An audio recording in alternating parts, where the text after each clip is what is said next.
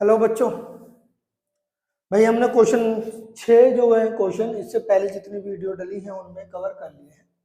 आज की वीडियो में हम क्वेश्चन नंबर 7 पढ़ेंगे, लेकिन क्वेश्चन नंबर 7 करने के साथ साथ हम कुछ कॉन्सेप्ट जो हमने 5.2 के अंदर 5.3 के अंदर पढ़े थे उनको भी रिकॉल करेंगे, सो दैट इसकी एक बेसिक अंडरस्टैंडिंग क्रिएट हो सके। ठीक है, जरा नोट करेंगे।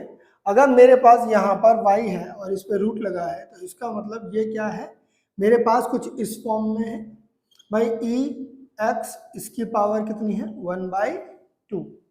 हमें पता है भाई ये जो स्ट्रक्चर कुछ इस तरीके से बनता है इसको हम रूट बोलते हैं और इसका मतलब होता है पावर हाफ होना। इसका मतलब क्या होता है, पावर हाफ होना। यहाँ पर अगर हम देखें तो किसी एक पर्टिकुलर फंक्शन की पावर चढ़ी हुई है और हमें पता है कि जब हमारे पास किसी फंक्शन की पावर होती है तो उसको फंक्शन को किस तरीके से डिफरेंशिएट किया जाता है। हमने क्या बोल दिया भाई, differentiation both side with respect to X. सही है भाई। अगर यहाँ पर ऐसा किया तो ये कहाँ चला गया, dy/dx। यहाँ पर भी आपका लग गया क्या, dy/dx। और एक तरीके से y तो यही था हमारा, यानी कि इसका हमने कर दिया डिफरेंशिएशन। और अब अगर हम देखें तो यहाँ पर हम पढ़ रहे हैं रूल। भाई हमें पता है किसी भी फंक्शन की पावर अगर n हो और उसको डिफरेंशिएट कर रहे हैं तो पावर आगे आ जाएगी और एक पावर घट जाएगी और फर्दर फंक्शन का होगा डिफरेंशिएशन। देखो जरा, हमने क्या बोला, पावर आगे आएगी, एक पावर घटेगी और यहाँ पर होगा फंक्शन का differentiation with respect to X. Note करेंगे इस बात को बच्चा कि यहाँ पर फंक्शन जो है इस वाले पार्ट में, जैसे fx था ना, इस fx की पावर n को डायरेक्ट x के रिस्पेक्ट में डिफरेंशिएट नहीं कर सकते थे। अल्टीमेटली आपने चेन रूल लगाया। अगर आप चेन रूल की बात करें तो चेन रूल में क्या होता था, इस फंक्शन को मेरे को डिफरेंशिएट करना पड़ेगा विद रिस्पेक्ट टू fx, इसीलिए फिर fx का किया differentiation with respect to x। अगर ये चीज नहीं समझ में आ रही कैसे लिखी है तो जरा इधर एक बार नोट करो कि भाई अगर मेरे पास फंक्शन कुछ इस तरीके से लिखा है कि उसकी पावर n है तो मैं डायरेक्ट डिफरेंशिएट ना करके उसको fx के रिस्पेक्ट में डिफरेंशिएट करूंगा और फिर fx को डिफरेंशिएट करूंगा विद रिस्पेक्ट टू x। अगर यहाँ पर नोट करो तो fx की पावर n है और fx के रिस्पेक्ट में डिफरेंशिएट कर रहे हैं, तो अब हमारे पास कौन सा वाला रूल, भाई हमने पढ़ा है x की पावर n dx। इस वाले तरीके में क्या करते थे, आगे ले आते थे पावर को और एक पावर घटा देते थे। यहाँ पर भी सेम चीज करी, एक पावर घटा दी और n को आगे ले आए, तो सेम चीज आपकी कहाँ से आई, यहाँ से आई, इस तरीके से। सही है, यही सेम फॉर्मूला हमने अप्लाई किया यहाँ पर। भाई इसकी पावर, अगर ये फंक्शन की तरह ट्रीट हो रहा है और इसकी पावर हाफ है तो आप हाफ को आगे लेके आएंगे, हाफ को आगे ले आते हैं और जो इसकी पावर है उसमें से हाफ सब्ट्रैक्ट कर देते हैं, सॉरी 1 सब्ट्रैक्ट कर देते हैं और फिर e की पावर x का डिफरेंशिएट करते हैं विद रिस्पेक्ट टू x। बिल्कुल यहाँ पर चेन रूल अप्लाई हो रहा है और आपको इस चीज की अंडरस्टैंडिंग भी होनी चाहिए कि अगर फंक्शन की पावर में हमारे पास √x लिखा है तो मैं इसको डायरेक्ट डिफरेंशिएट नहीं कर सकता विद रिस्पेक्ट टू x। याद करो इससे पहले वाला क्वेश्चन जो था उसमें भी तो सेम चीज करी थी हमने, है ना। उसमें भी x की पावर 2, x की पावर 2, x की पावर 3, x की पावर 4 ऐसे करके दिया हुआ था। हमने उस वाले केस में भी चेन रूल लगाया था, यहाँ पर भी हम चेन रूल लगा रहे हैं। अगर नोट करेंगे तो ये क्या हो जाएगा, हाफ, और इसकी पावर अगर ये घटेगी तो यहाँ इस वाले पार्ट को जरा यहाँ पे समझाता हूँ थोड़ा सा, क्योंकि थोड़ा सा एलैबोरेशन की जरूरत है। नोट करेंगे भाई, अगर मेरे पास ये कुछ इस तरीके से दिया हुआ है a ½ - 1, तो इसमें से मैं घटाऊंगा तो मेरे पास ये बन जाएगा माइनस का हाफ और इस माइनस के हाफ को मैं कहाँ लिख सकता हूँ, अपॉन में। भाई कैसे आया, ये क्लास 9th का कॉन्सेप्ट है जब हमने पढ़ा था कि अगर किसी भी नंबर की पावर नेगेटिव होती है तो उसे अपॉन में लिखा जा सकता है। इस रूल को यहाँ पर अप्लाई कर लिया। अगर आपने ये रूल आपको नहीं याद आ रहा है या आपने नहीं पढ़ा है तो रिमेंबर की कैटेगरी में बॉक्स बनाकर रिमेंबर की कैटेगरी में इसको जरूर लिख लेना, ठीक है। अगर आप देखें तो इसका मतलब मेरे पास ये नीचे आ गया, यानी कि यहाँ पर अपने पास ये वाली वैल्यू आ गई। सेम अप्रोच करिए, देखो ए की जगह पर क्या बैठा हुआ है, ई की पावर रूट एक्स, है ना। तो यहाँ पर ई जो लास्ट रिजल्ट था वो क्या था हमारे पास, रूट के अंदर ए, और ए ये है तो रूट के अंदर ये आ गया। सही है यहाँ तक। यहाँ पर हमने चेन रूल अप्लाई करी, क्योंकि मैं ई की पावर रूट एक्स को डायरेक्ट डिफरेंशिएट नहीं कर सकता विद रिस्पेक्ट टू एक्स, मुझे डिफरेंशिएट करना है तो मुझे रूट एक्स के रिस्पेक्ट में करना पड़ेगा, और अगर मैं रूट एक्स के रिस्पेक्ट में करता हूं तो ये चीज वापस मिलेगी, और मेरे को क्या मिलेगा यहाँ पर, differentiation of root X with respect to X, ये मिल जाएगा भाई।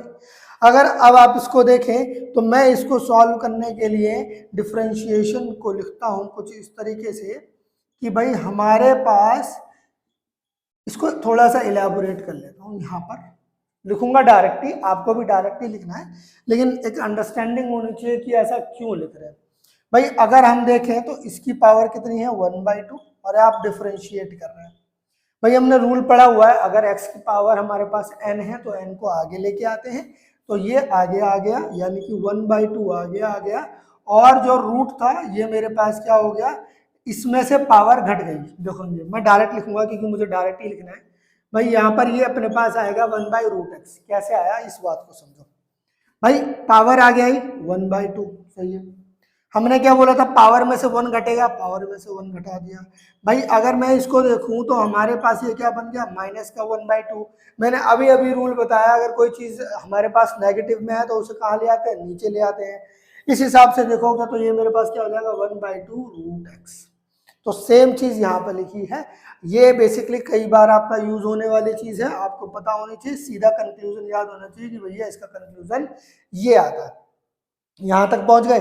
अगर अब आप देखो तो मेरे पास भाई, थोड़ा सा समझाने की कोशिश करूंगा इस वाले पार्ट को, इसको मिटा रहा हूं, लिख लिया है, अगर नहीं लिखा है तो वीडियो पॉज करके लिख लो।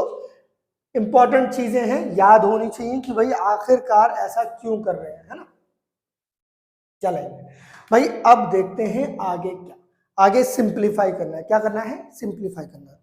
नोट करेंगे 1/2 मल्टीप्लाई करेंगे 1/4 बनेगा, ठीक है। एक बात पे जरा गौर करो, एक बात पे जरा गौर करो, अगर मेरे पास a लिखा है और नीचे √a लिखा है तो मैं इस a को कैसे लिख सकता हूं, √a, और नीचे वाले को क्या लिख सकता हूं, √a, क्योंकि √a मल्टीप्लाई करके वापस a देते हैं, तो मैं इसको इस तरीके से स्प्लिट कर सकता हूं और ये यहाँ पर कट जाएगा, ठीक है। या फिर अल्टरनेट अगर समझना चाहो तो देखो, अगर मेरे पास ये रूट में है तो इसका मतलब इसकी पावर हाफ है, और अगर इसकी पावर हाफ है तो हमने एक रूल पढ़ा है भाई, कौन सा, 1/m, a की पावर m और अपॉन में a की पावर n। इस वाले केस में हमारी पावर्स क्या होती हैं, सब्ट्रैक्ट होती है। अगर ऐसा है तो 1 में से हाफ सब्ट्रैक्ट कर दो और ये क्या बच जाएगा हमारे पास, हाफ बच जाएगा। क्या बच जाएगा हमारे पास, हाफ बच जाएगा, कुछ ये आ जाएगा, यानी ये वाली वैल्यू रूट में मिल जाएगी। किसमें मिल जाएगी, रूट में। अगर नोट करो इस पूरे सिनेरियो को, इस पूरे सिनेरियो को या इस पूरे सिनेरियो को किसी भी एक तरीके से अगर आप ऑब्जर्व करो तो यहाँ पर a क्या है, e की पावर √x, e की पावर √x, है ना। फर्क क्या है, यहाँ पर a अकेला है और यहाँ पर a रूट में है, तो यानी कि ये वाला एक रूट इसके एक रूट को काट देगा और अल्टीमेटली आपको क्या देगा, ये दे देगा आपको √e की पावर x और अपॉन में क्या था, √x, और दोनों को अगर मल्टीप्लाई कर दे तो 1/2, ये क्या आ जाएगा, e√x अपॉन x, ठीक है। उम्मीद करता हूं भाई ये क्वेश्चन का आंसर आ गया होगा, मुझे नहीं पता किस फॉर्म में दिया हुआ है, तो लेट मी चेक फर्स्ट, ठीक है। एक बार देख लेते हैं, क्योंकि कई बार क्या करता है, काटता नहीं है। अगर इसने काटा नहीं है तो इसको इसी फॉर्म में लिखेंगे जिस तरीके से ये लेके आया हुआ है। देखेंगे भाई इसने काटा नहीं है, ऑल्दो ये आंसर भी सही है, इसमें कोई गलती नहीं है, इसमें कोई गलती नहीं है, ये अपने आप में सही है। लेकिन एनसीईआरटी ने कुछ नहीं किया, एनसीईआरटी ने इनको मल्टीप्लाई करके लिख दिया। 1/2 मल्टीप्लाई करेगा 1/4, ऊपर वाले को एज इट इज रखा और नीचे वाले को आपस में मल्टीप्लाई कर दिया, यानी कि ये आ गया। इसने इसको इससे काटा नहीं है बट अगर हम काट देंगे तो भी कोई हर्ज नहीं है, कोई नुकसान नहीं है, काट सकते हैं क्योंकि रूल कह रहा है। जहाँ पर मैथमेटिक्स रूल्स अप्लाई हो सकते हैं वहां पर हम अप्लाई कर सकते हैं। बाकी एनसीईआरटी के सोल्यूशन लाने की हमें कोशिश करनी है, क्योंकि कई क्वेश्चन होंगे इंटीग्रेशन के अंदर, डिफरेंशिएशन के अंदर, जो हम अपने तरीके से करेंगे तो उस वाले केस में हमारा आंसर अलग आ रहा होगा और जो बुक में आंसर होगा वो अलग होगा। हमें कोशिश करनी है एनसीईआरटी के आंसर को लेके आने की। उम्मीद करता हूँ भाई वाला क्वेश्चन समझ में आया होगा। बहुत आसान क्वेश्चन है, कुछ बेसिक रूल्स है जो अप्लाई हो रहे हैं, कुछ बेसिक रूल्स, जैसे कि हमने ये वाला फॉर्मूला पढ़ा और यहाँ पर हमने कौन सा रूल लगा दिया, चेन रूल लगा दिया। अगर हम चेन रूल पे कमांड करे बैठे हैं तो मेरे हिसाब से क्वेश्चन आपके लिए मुश्किल नहीं है, बहुत आसानी के साथ क्वेश्चन हो जाएगा। ठीक है, वीडियो जो है थोड़ी सी लंबी हो जाती है दोस्त, लेकिन मेरा जो पर्पस है वो सिर्फ आपको समझाना है। कोशिश करो कि चीज़ें आपको क्लियर हो, है ना। साथ साथ पढ़ो, साथ साथ लिखो, हर एक स्टेप को समझो कि आखिरकार वो स्टेप लिखा तो लिखा कैसे। जब तक इस बात को बार बार अपने आप से नहीं पूछोगे ना कि ये कैसे लिख दिया, ये क्यों कर दिया, तब तक क्वेश्चन की अंडरस्टैंडिंग नहीं आएगी। कोशिश करना है कि हम क्या करें, क्वेश्चन को बहुत समझने की कोशिश करें, बार बार रिपीट करने की कोशिश करें।